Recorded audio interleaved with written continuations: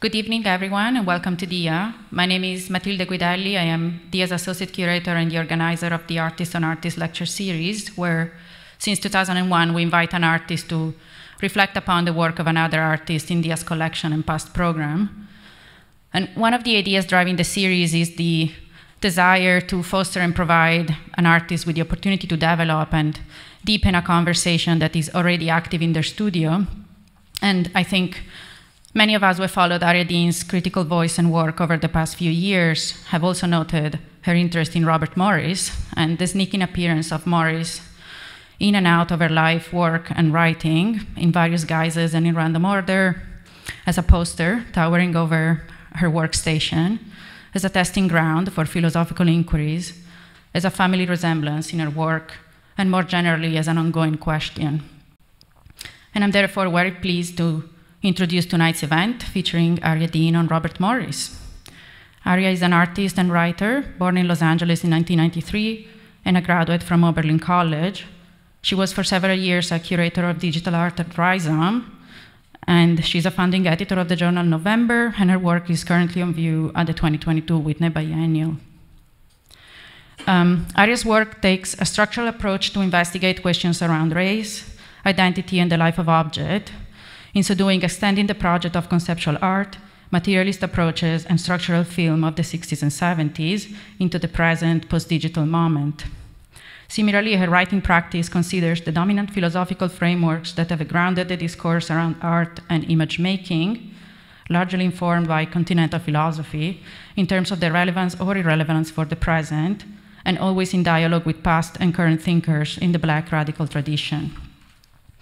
I think back at the first exhibition of Aria's I visited here in New York at Chapter Gallery, titled parentheses Meta, close parentheses Models, or How I Got My Groove Back. It presented me with mirrored silhouetted figures on metal hinges, goofily anthropomorphic, at once friendly and ungraspable, forever refracting receptacles of images, and a video perched on a tripod, taking the point of view of a disembodied camera, oscillating over and around a generic mirrored rectangular box, think of a minimalist device, standing on a generic New York curbside, while the voiceover of a hip-hop radio presenter nonchalantly recites some form of diffracted dialogue. It is when you realize that the DJ was looping and remixing the words of Martin Heidegger with those of Fred Moten and Robert Morris, among others, that the work's critical import unfolded for me as pointing at new tools for making and for reconsidering the history of representation, rooted as it has been in the idea of the subject, a crux that Morris himself quietly investigated throughout his career. I wish to thank my colleagues at DIA, Theodora Lang, Max Dannon, and Kathleen Anderson in particular for helping to make tonight's event possible, and the warmest gratitude to Lucille Morris, Barbara Castelli, and Brock Blegen for generally sharing materials and expertise with us, as well as to the late Dan Graham for meeting with Aria and me not to talk about Morris, although Dan left us with the elusive impression that may best characterize Morris, claiming that Bob was very smooth. And now, without further ado, please join me in welcoming to the podium Aria Dean and Robert Morris.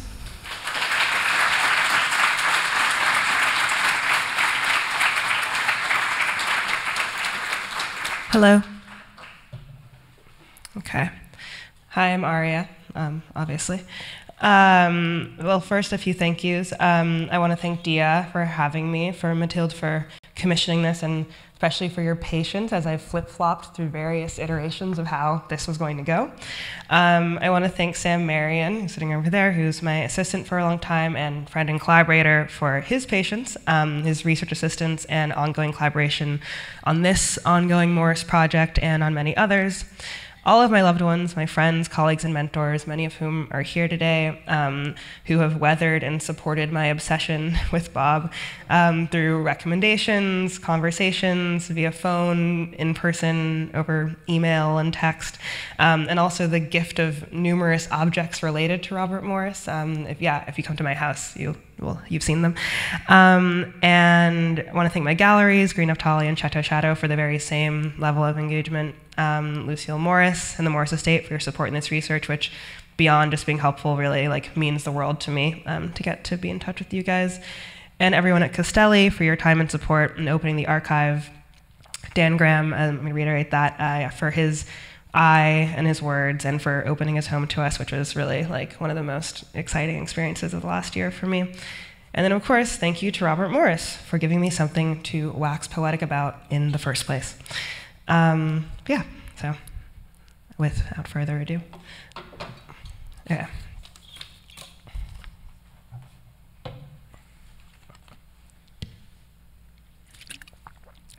Okay. I started writing this lecture a while ago, and at some point in the process, instead of writing about Morris, I started writing letters to Morris. I couldn't seem to write about Robert Morris. This might just have been because of writer's block, but it also can be given conceptual weight this way. It felt impossible to write about Robert Morris in a unified sense. That is, to write anything about Robert Morris as a singular figure, coherent, unitary, unified, as a subject. So writing to him, dear Bob, Bob you, feels like it makes more sense. You allows for the multiple. I can address you all, or I can address you, or you, or you.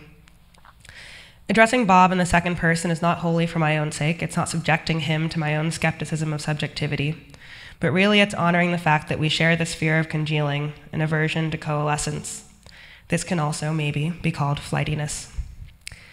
Morris wrote in the introduction to his collected book of writings, Continuous Project Altered Daily, quote, one of the first things I set out to shatter for myself was the unity of the subject, both with itself and with a monolithic, coherent style prescribed to flow from this ideological oppression. More recently, after trying to not write letters to Bob for a while, I finally succeeded in turning in a long overdue piece on him for a publication which will go unnamed. Still unable to write in a normal critical voice, I ended up writing this thing half about my mom and her views on romance and half about Bob from this text. My mother often encourages me to make lists of things I want, attributes of a life well lived, of qualities I like about someone. I generally do not believe in this practice, instead being of the mind that if you really love something, you can't articulate why. A very romantic conviction to believe that big, true love can only operate under the principles of the sublime.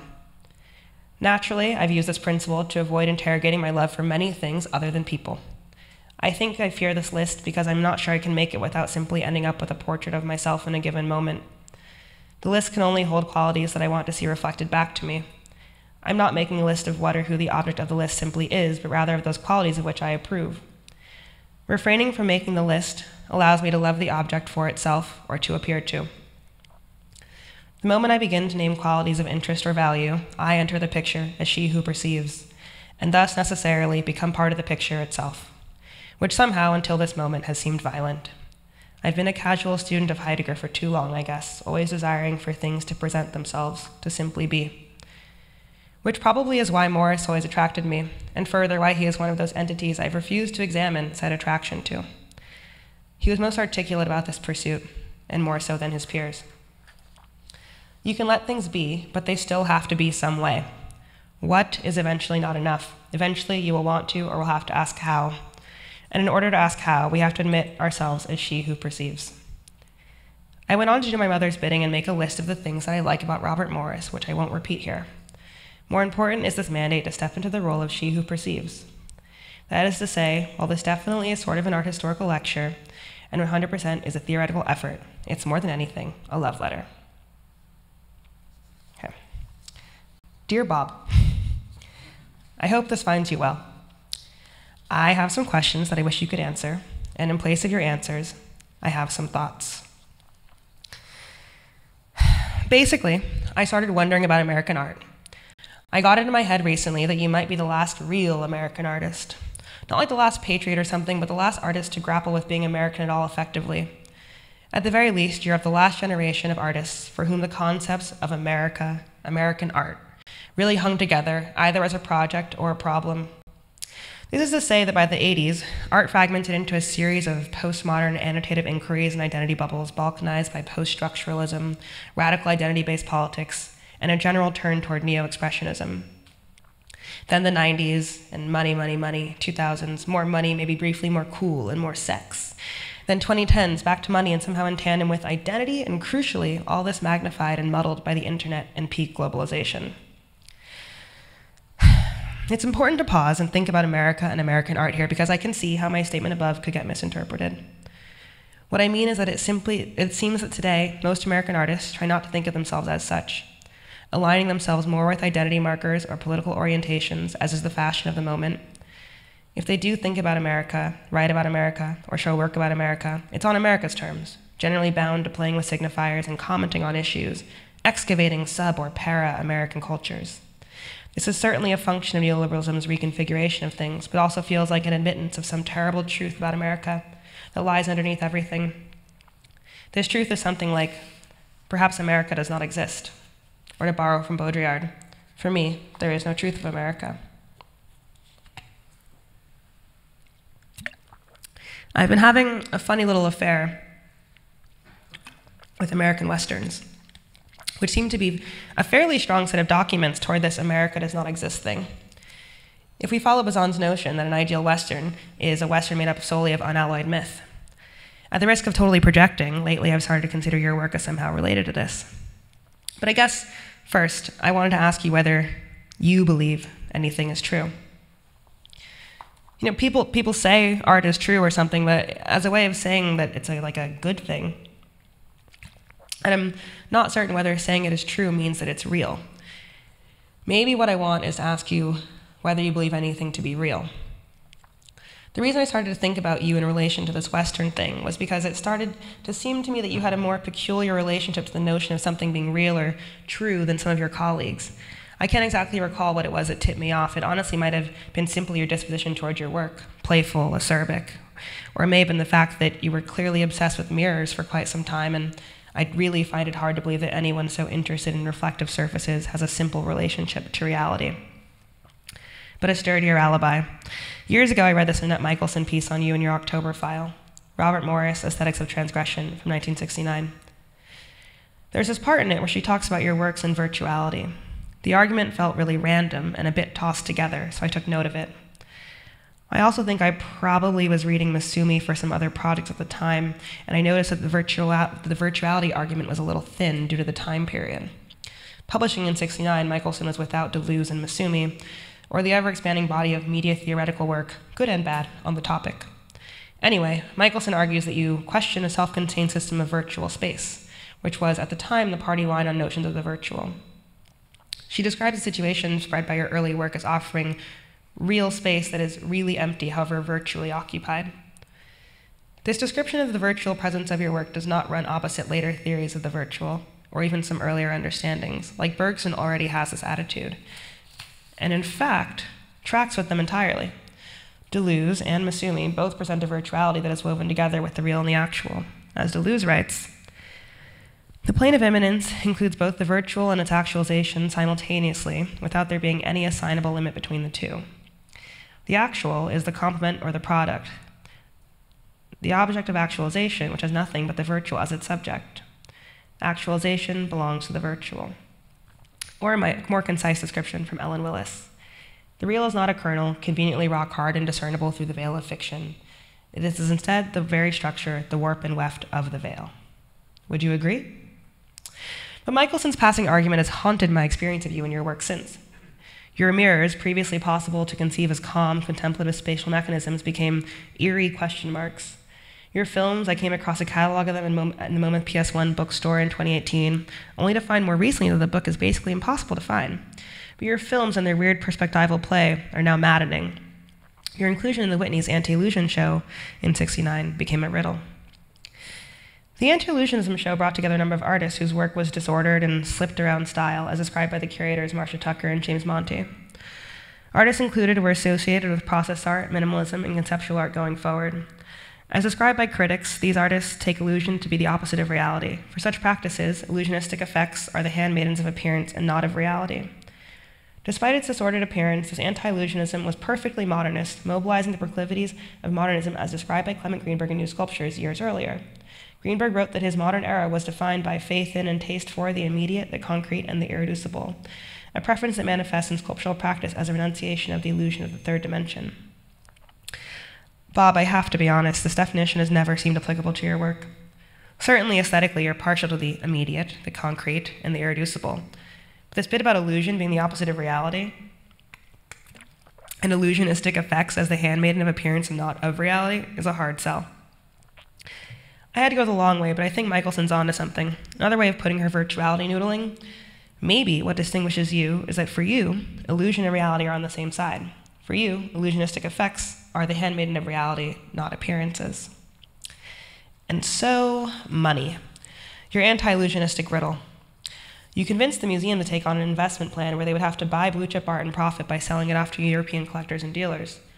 Money can be taken as a noble gesture that unveils the fact that modern institutions are but another cog in the larger machine of American financial capitalism, just more structures for moving money around in various shapes, with a particularly prescient disposition towards speculation, I'll say, in terms of how the work itself aimed to function. But at the same time, your disposition toward the project was anything but self-serious and political. In the catalog for the exhibition, the project was represented by a series of photographs of you dressed up in classic gangster garb, smoking a cigar, lording over a briefcase full of money. So if I could ask you a question, as an aside, I guess, was money a joke? Either about labor politics or about Marxism? I had a good laugh when I thought about money in terms of the notion of a real abstraction. I mean, whatever, but obviously it wouldn't make sense timeline-wise, but really, I am wondering whether the anti-illusion element is this unveiling and pinning down the fact that the only real thing present in this whole venture is money, or are you more interested in the fact that money is itself an illusion or an abstraction? An illusion that concretizes value or an abstraction that alienates labor? We'll probably come back to this with the eye of someone more well-versed in economics. But in the end, if you look at the catalog, it kind of doesn't matter because there you are, having a laugh regardless. But just to go back to Westerns for a moment before moving on. I want to start here because I think you care about myths as much as the Westerns do. And as much as we as a historical audience must, since we keep letting them make so many for so long and we keep revisiting them. But the best American Westerns do not venture to simply relay or demystify a myth of America's founding, but are instead about the production of such myths. They structure a relation between the cinematic object and facts of history that is not immediate and direct, but dialectic. Though the Western is usually preoccupied with the anarchic, the brutal, and the real, the Western does not pose that underneath it all there is anything real to speak of here in America, instead fretting about the possibility of building a nation around this absence. Myths and illusion all the way down, it's a nation with nothing to bind itself together, conceptually or politically, a place with no actual qualities to speak of. The Western, at its best, stares down the gaping lack at the center of America's self-narration. And these might be the stakes of American art. I can't say whether you consider this consciously, but it seems to run through your work. It feels like you might have made the last-ditch effort to stake out the utter nothingness, but not necessarily total meaninglessness, because being nothing is different from meaning nothing of it all. Without trying to plaster it over with ideologies, flimsy structures for sense-making. To make American art after you is to study the void. At the end of The Man Who Shot Liberty Valance, there's this famous line. "This is the West, sir. When the legend becomes fact, print the legend." Movie clips. All right, I'm getting over a cold, so I'm being a bit slow. Robert Pippin writes in Hollywood Westerns and the American Myth that the Western often explores the psychological adequacies of various political aspects of the new industrialized mass society and the attendant politics of these societies, the psychological and ethical meaning of the end of the frontier. American Westerns reflexively explore the passage from one era of American social, political, and economic organization, or lack thereof, over into the next. And you, Bob, you catch things in a similarly vestibular state, the passing over from the regime of modernism into the neoliberal, late capitalist era. The Vietnam War and its fallout, the rise of the New Left, the decline of industrial society, and the advent of late capitalism. The post-World War II Western was preoccupied with the tense process of an anarchistic violence and near-animal brutality being replaced by bourgeois civility. You, according to the great Maurice Berger, a search for the self lost in the morass of late industrial culture. But Berger is a bit obsessed with this part of you. A part that surely exists, but is also a product of Berger who perceives. He wants you to be Mr. Politics really badly. He wants you to give a maudlin diagnosis of the state of subjectivity in late capitalism. He wants you to be commenting on some really bad, really terrible thing that's happening to us. But as you wrote, you pretty much started out desiring to shadow the subject, so maybe it's wrong to temporalize your pursuit at all. It doesn't sound like you were all that inspired by the politics of the New Left or anti-war movements. I don't think you were trying to comment on the quote-unquote political situation or respond to conditions. If you evaded expressive and symbolic forms of art making, it was not for the sake of some pure and puerile metaphysical venture, but rather to better investigate the shifting structures of production and circulation of both objects and subjects in a post-war American context, unfettered by style or self. Despite your best efforts, people still found ways to characterize you, pick up the pieces of the shattered subject, and make him into some jagged monstrosity whole nonetheless. They collect you under the sign of your own mutability. You're slipping in and out of roles: political activist, explorer, dominator, autobiographer. They establish your I as explicitly performative.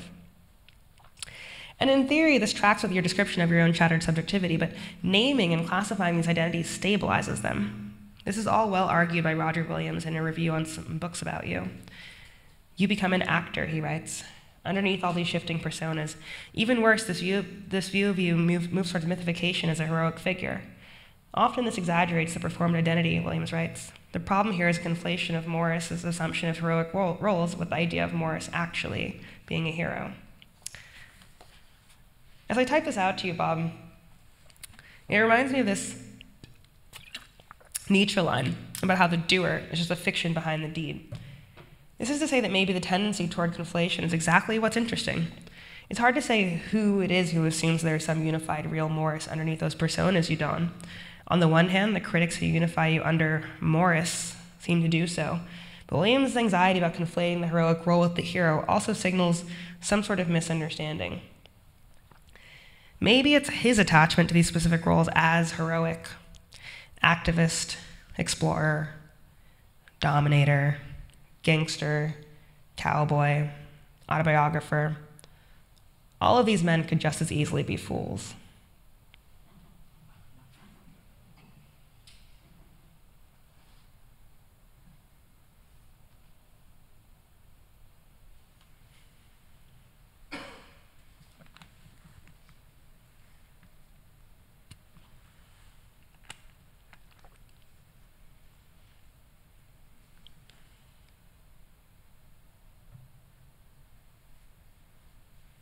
What I mean to say is, Williams worries about the mythification of Morris, while Berger buries his face in it. But perhaps like our on-screen myths of the West, furnishing so many myths tells us something about their subject, their object. Maybe that you, Bob, do not exist. But you're aware of this. Why am I telling you that you don't exist? You tried to let us know a million different ways. First of all, your refusal from very early on to claim style or signature when it came to sculpture. In dance and performance, obscuring yourself behind masks, rote tasks and characters. In writing, bouncing between yourself, writing about people who don't exist, and writing as people who don't exist. And later in your career, in the 1990s, you did this thing. Robert Morris replies to Roger Denson, or Is That a Mouse in My Paragon? Which I love the title of, that finds you performing what could only be deemed as a schizoanalysis of your own work. There are in-depth questions along the left side of each page and potentially answers to the questions along the right side, but written in something more like a short narrative. It's a speech couched in a mise-en-scène on its own. It opens, the lights fade up on an asylum-like scene. The speech is given by Crazy Cat, who addresses the mouse Ignatz, characters from George Herriman's Crazy Cat cartoons. Basically in this, Crazy Cat is going through the various personas that you've embodied throughout your career, and he's trying and failing to account for each in a metaphysical manifest. Crazy Cat rants at Ignatz, who can barely get a word in. But there's one passage, there's so many worth quoting, and I have to say, this is one of the tough things about writing about you, Bob. Somewhere in the hundreds and hundreds of pages published writing out there, you've said it already, pretty much all of it, almost certainly. But there's one passage I want to mention to you here. You wrote, "But to trace a profile of authenticity across the years which has nothing to do with alternations between forms or parallels or epistemological categories, for which some sort of nameable subject is required but will not be found here amongst this gang, you trail off." I feel for you, Bob. This is 1990-something, 1991, and you sound exhausted. And to be honest, in reading it, it's hard to tell who tired you out. The public, critical body of the art world, or did you tire yourself out running so hard and for so long? It's all fun and games until... No, but really, not to make it about me, but I do feel that I understand your frustrations.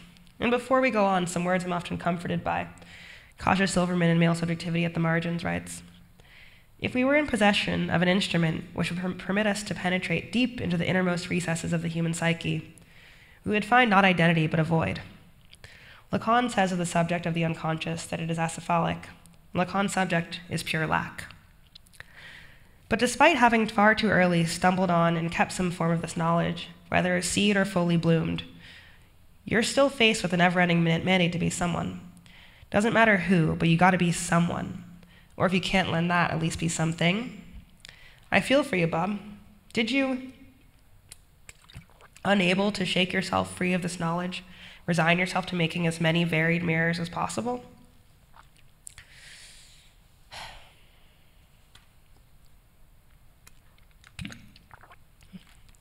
Bob, the thing is, I'm very frustrated now because I've suddenly realized that completing this argument about you is going to force me to go back and reread Judith Butler on gender and performance. Something I've miraculously avoided since senior year of college. I'm going to have to remind myself of the exact texture of that argument and then remind myself of its pop cultural dilutions from the 30 plus years since, square them, only to chuck them over my shoulder. Your characters, Berger's heroes, William's mythic men, frowny face. The thing that most accounts of your work seem averse to investigating is that in pretty much all of the characters you play, you're doing some sort of masculine trope, and often a rather American man.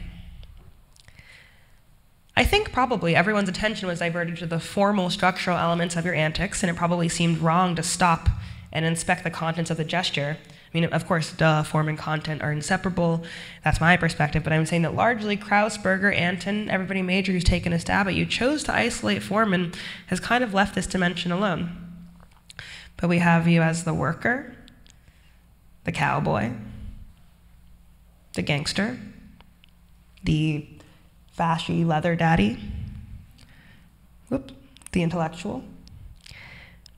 You know, Berger says, he belabors the fact that you are not a dandy. No one said you were, so I'm not sure why he takes such a hard line against it.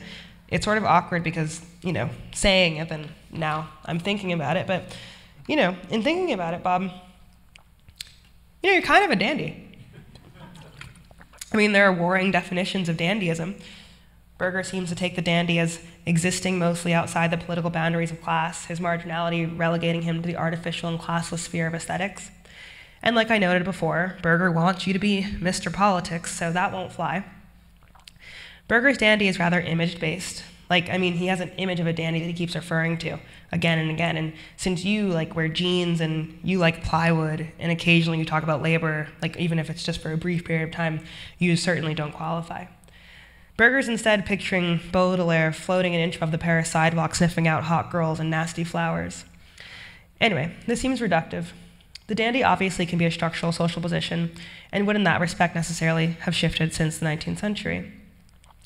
Camus says in The Dandy's Rebellion that the dandy creates his own unity by aesthetic means. And sure, that kind of runs opposite how you roll. Unity is the last thing I'd attribute to you. But, you know, at the same time, Camus goes on. It's an aesthetic of singularity and of negation. He says, to live and die before a mirror. That, according to Baudelaire, was the dandy's slogan. And that sounds like you. The dandy lives off of and through his own image. So what if they're multiple? Wouldn't that make you like a Chad dandy or like the Uber dandy? But no, this obsession with unity and singularity. Even later in dandy discourse, we find John Kelsey defining the dandy in Artforum in 2005, talking about Michael Kreber. And his dandy is, quote, static and detached, which is all a little bit leaden for you. Though at the same time, his description finds you again, Bob. He says that the dandy's endless decentering of his own identity is the means by which he makes the world around him start to lose its grip. And I guess, and you know, I'm spitballing here, so I don't know, the whole dandy thing, there's this ongoing tension between basically structurally describing men who can see themselves and maybe going a step further who mobilize that capacity toward crafting an artificial proxy for themselves. I mean, basically, I guess just men who understand themselves to be illusions. Like you, I think. And this is why Berger's dandy is annoying, fundamentally. You know, defined in opposition to Morris's real laborer or real activist persona. It also, as an aside, does that gross thing that is really popular these days of trying to pretend that being an artist is absolutely no different from being a working class wage laborer, as though most people who get to be artists are not or were not already increasingly by the early 70s from middle to upper class backgrounds and endowed with academic degrees of some sort, and as though art is not some horrible emergent mutation of labor that has perfected the neoliberal PMC labor form. But I digress, and I'm getting sloppy. Berger's dandy is annoying because it places the dandy outside of politics, as though denying the subject position assigned to you, acknowledging its artificiality, has no political or ideological implications. And somehow this has me thinking about heroes again. Maybe Berger's problem is similar to Williams, and he has simply too great an investment in the heroism that men like the men you play can exhibit. Anyway, Bob, I know I'm too deep in this hole. I'll drag us out of it. There's other dandy stuff to talk about, the Oswald Wiener piece that Kreber's discussion of dandy drew upon and which touches on most of the reference points above. It's called An Ego of Her Own. There's this nice Catherine Chevalier essay on Kreber and irony in the book that I sort of nicked from the gallery a few weeks ago. Painting as a Critique of Irony, that one's called. We don't really have time for that. The important part, well, we've already said it.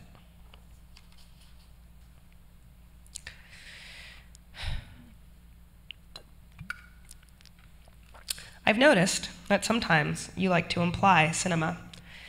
I've noticed this in some of the works I've circled so far, and obviously everyone else sees this too, always talking about you and your characters as actors, which I suppose can simply imply theater, except I think cinema.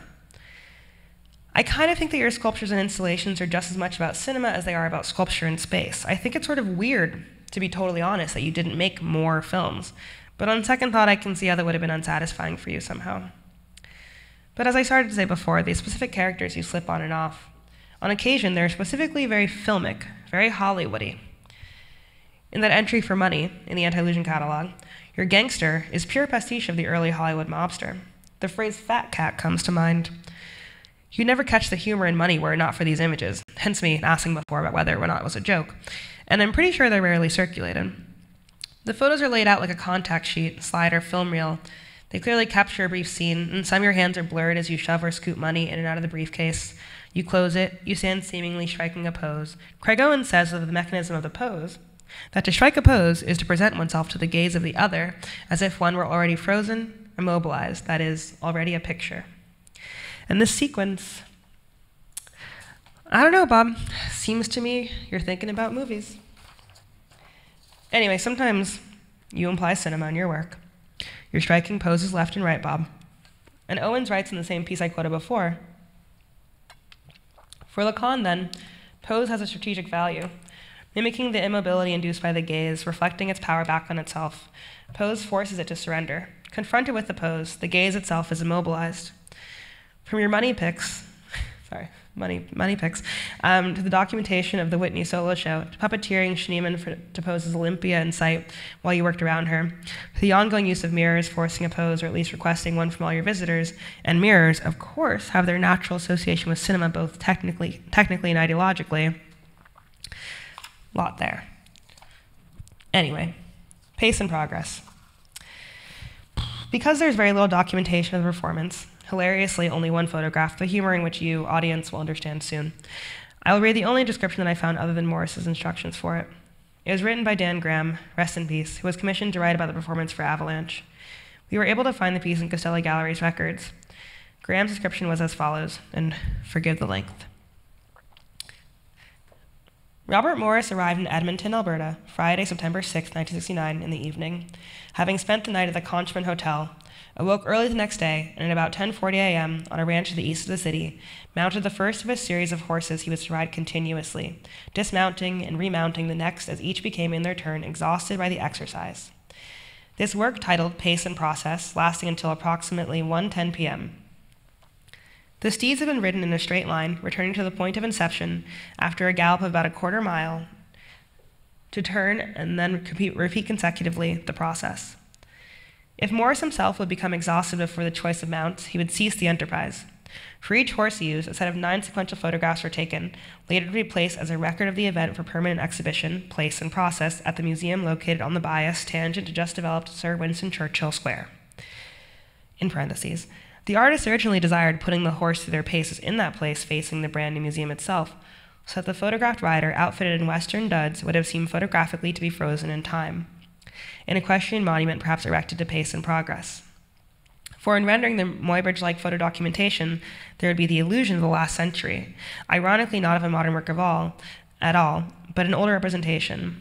Note, in parentheses, handwritten above this line, in quotes, or I'm quoting, Marienbad, though the principal, the artist, and then another one says Raymond Roussel, upon closer examination, outfitted in shades could be contemporary. Which suggests another possibility. The monument could be a 20th century adaptation of the 19th century mode newly erected outside the new museum. Shades of Paul Revere, shades of John Wayne. And then in parentheses, Dean Martin rides loosely out mounted on horseback like his next guest, John Wayne, both wearing cowboy duds. The camera pulls back, revealing the stage bare without frivolous scenery. The two actors circumscribe in tandem the fundamentals of TV gunshot dialogue. How nice it is to be on again, making his last movie, the out of doors, the country, that is, the United States generally. John discusses what's wrong and right about it, supporting the boys in Vietnam, while Dean listens briefly before riding off Sound's comment to leave his guest room to do his bit. A solid, self-conscious 6 minutes worth until the solitude is broken for a commercial message. End parentheses. An exercise in form. This is still Dan Graham. An exercise in form. Rather than exhausting a set of mathematical possibilities or permutations of a movement, this artist has exhausted physically his body or his vehicle, the horses. His object, the art, is pointless. There is no end in sight, no intellectual end, meaning, just truncation of means. The point is that he means it. Either he or the horse might possibly die, reaching the optimum physiological status. It ends in exhaustion. The physiological entropy of an organ or vehicle equal to the conventional in past art, former end point of perspective. As in a Muybridge serial photograph arranged for viewing on a page, there is no single fixed point of view. The changes are positional and only involve the motion of the reader's eye, not the artist's eye, as in eye. This is unlike Renaissance perspective, where the artist is trying to represent his impression by fixing for all time his exact linear perspective of things at a given moment as pictorial depth, which is equated with the time it takes the viewer's eye to enter that depth. There's a linear vanishing point inside the frame. Photography eliminates this dimensionality, for there is no central or climactic point, unless the figure collapses into the ground. Each image is always in the present. No moment is created. Things, moments, are sufficient unto themselves. In Mallarmé's words, nothing shall take place except place. We see and measure things only by related distance or in terms of ordinal placement. What separates one moment, shot, from another is a simple alternation of the positioning of things. Each shot, moment, can be read without relation to preceding or following ones, as they aren't linked. Things appear not to come from other things. Things don't happen, they merely replace themselves in space. That's the end of Graham's account. As a note, one thing that his account doesn't mention is that the performance was halted because the owner of the ranch became frustrated that the horses were etching a line into the ground where Morris rode. The relationship to cinema here is quite obvious. Graham notices the Muybridge reference immediately. Morris follows Muybridge's interest in documenting an action photographically as to break it down into its parts. In contrast to the conscious act of striking a pose, Pace and Progress repeats and documents seemingly meaningless action, which would to some seem to follow purely in his other task-based Judsony interests. However, through Graham's eyes, thankfully, and to toot my own horn through mine when I came across this image, though in action, Bob, you've still very much found a way to strike a pose. That of the cowboy. Yet another American man, maybe the American man. Dan doesn't let you get away with simply embodying the cowboy. He takes us on a side quest, some sort of live television event starring Dean Martin and John Wayne.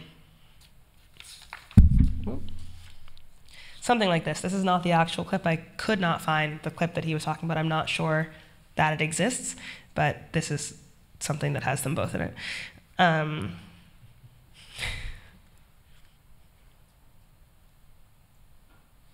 This is all to say, Bob, that I think Dan Graham might be calling you a faker, which in a way you are, but, you know, the irony is that the cowboy is the least fake persona of all of the Bobs, right? All the time that you spent on the ranch out west as a young man. Apparently, Bob, one time you said, not about this, but I'm moving you around as I please. Why not work outside and further change the terms? I thought I'd lob this at you here because for a work like Pace and Progress, for someone as supposedly dedicated to structures and a lack of style, plywood, rectangles, tasks, and all this, It's sort of funny to perform one of these tasks outside, signifying so thoroughly in your cowboy duds, and photographing it no less. I think Dan's lobby for the meaninglessness of the event is far off course, and honestly, being outside and being in those clothes, I think all of that meant a lot to you. Around that same time, and this was in 1969, you spent a fair amount of time working outside. Specifically, you made 2 films outside in Wisconsin, on the campus of the University of Wisconsin, where you were visiting artists for a few weeks. The first, Mirror, 1969, was made during your official time there, and the second, Wisconsin, same year, of course, was made a few weeks after that. Mirror is pretty difficult to encapsulate in text, and of course, being that I'm speaking to you, Bob, you already are aware of what it is, but it finds you holding a mirror in a snowy landscape while inscribing a large circle.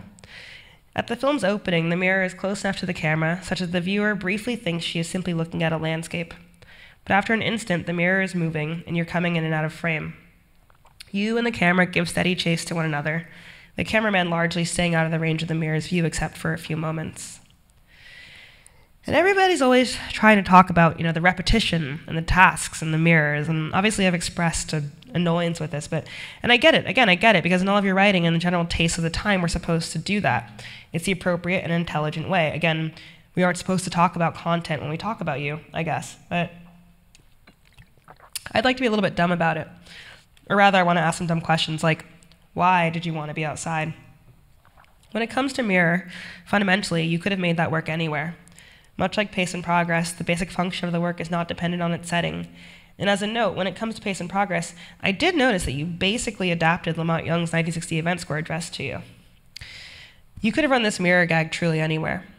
But the way that it ends up working is that what we believe to be the landscape is revealed to us to be a mirror reflecting a landscape that exists on the other side of the camera, whose presence we are made aware of if we take 2 seconds to calculate this interplay. 1 more second, and we're aware of that all of the human subjects engaged in the production of this image are themselves obscured. And here, Bob, you barely exist. Chris Yile writes of Mirror that the short film literalizes one of painting's most classical subjects, landscape, and extends the potential for what Morris describes as the testing of the limits and possibilities involved in the interaction between one's actions and the environment, which is a kind of form in itself. If this is the aim of a work like Mirror, and the tests have been run, what are the results? Yile argues that you effectively disrupt our presumption of cinematic truth through the removal of us as viewers twice over from the subject. This may be the case, and your production of a mise en abîme is quite interesting, but optically, and perhaps more importantly, what we get is an at worst absent and at best chopped up, shattered, hollowed out subject, whose primary function is that of fixing an image of the world. And in Mirror, this signature shattering of the subject is drawn into relation with fragmenting and constructing of a landscape. It seems like you're interested in dual movement and again testing the limits and possibilities involved in interaction between one's actions and the environment, which would seem to suggest some feelings on phenomenology, which is not surprising for you. The very simple idea of the world extending from the subject's experience sensorially, the world and the subject here visibly co-constituting each other. But it seems crucial, then, that the reflected scene is a pastoral one. It's not a city. It's not the inside of a theater or a gallery. It's the wild.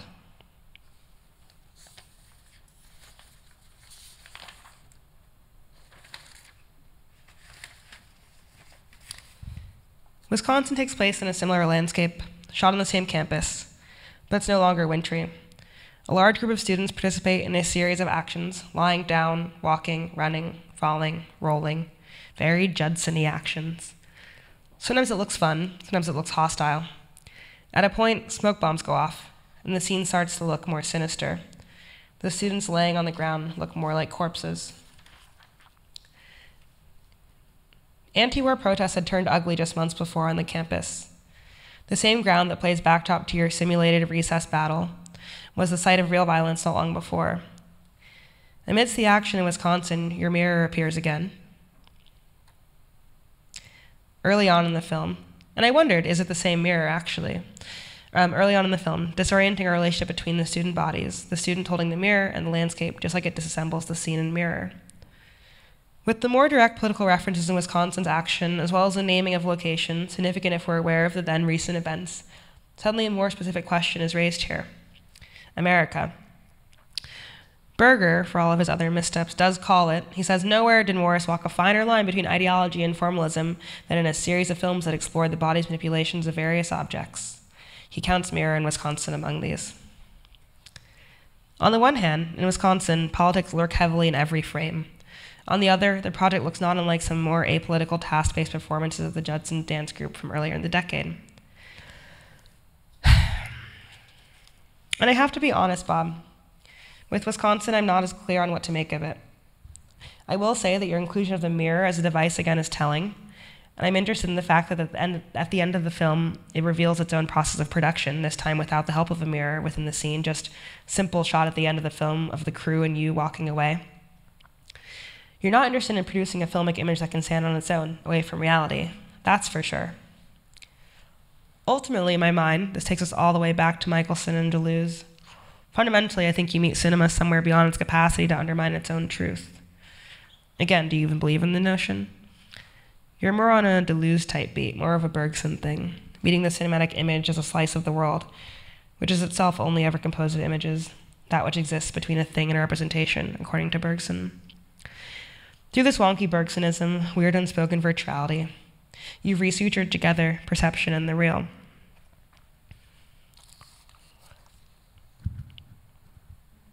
In that same Annette Michelson piece I mentioned, she gets into this riff about like Europe and America, and about America being like really good at systematizing.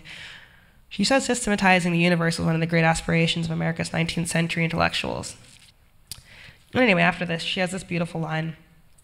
One moves in America with the nostalgia, quote, one moves in America with the nostalgia of ecstasy everywhere present. I thought this was quite beautiful and quite alarming, and a little bit oblique. And she ends the sentence, between orthodoxy and latitudinarianism. Michelson's accusation of our nostalgia for ecstasy, paired with the earlier sections on systemization of thought, all rather compelling, together detail an American belief that everything is wild and everything can be tamed. A staunch belief in the process of converting the universe into the world. Everything must be wild, as everything must be tamed.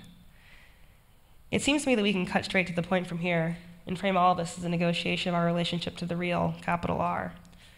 That nostalgia for ecstasy lingers here in the States, perhaps because that wild, the real, where ecstasy and all of its attendant brutality and chaos may itself linger close by, just past the evenly spaced out wooden facades of the old Western town.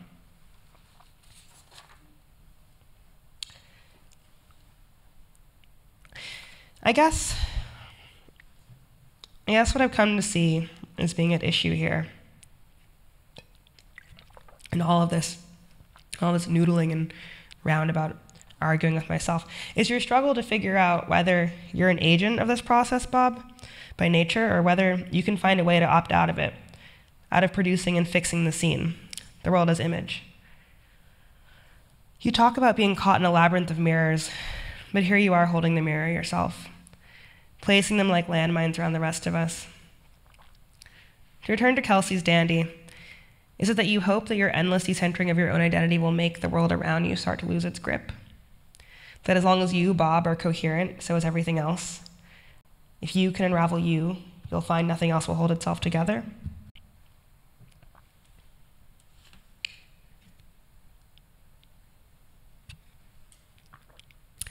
I have to admit that this very long letter and relatively long lecture is a bit of theater itself. The fact that I'm writing it is basically because I'm pretty sure that we both know, Bob, that yes, you think something like this.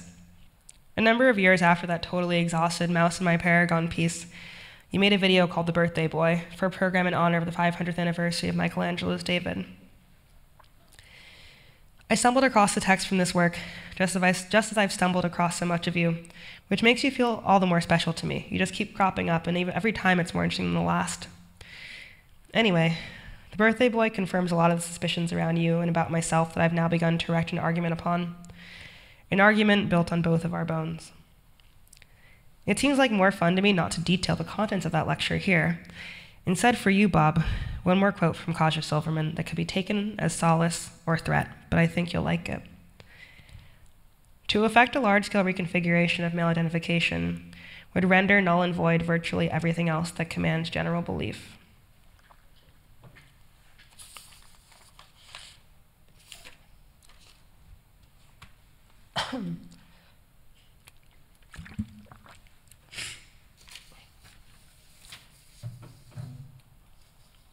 Such a mirror can disappear the subject as quickly as it can fix her. As you once said, how does a subject then represent herself? Do me a favor, go throw a brick at yourself.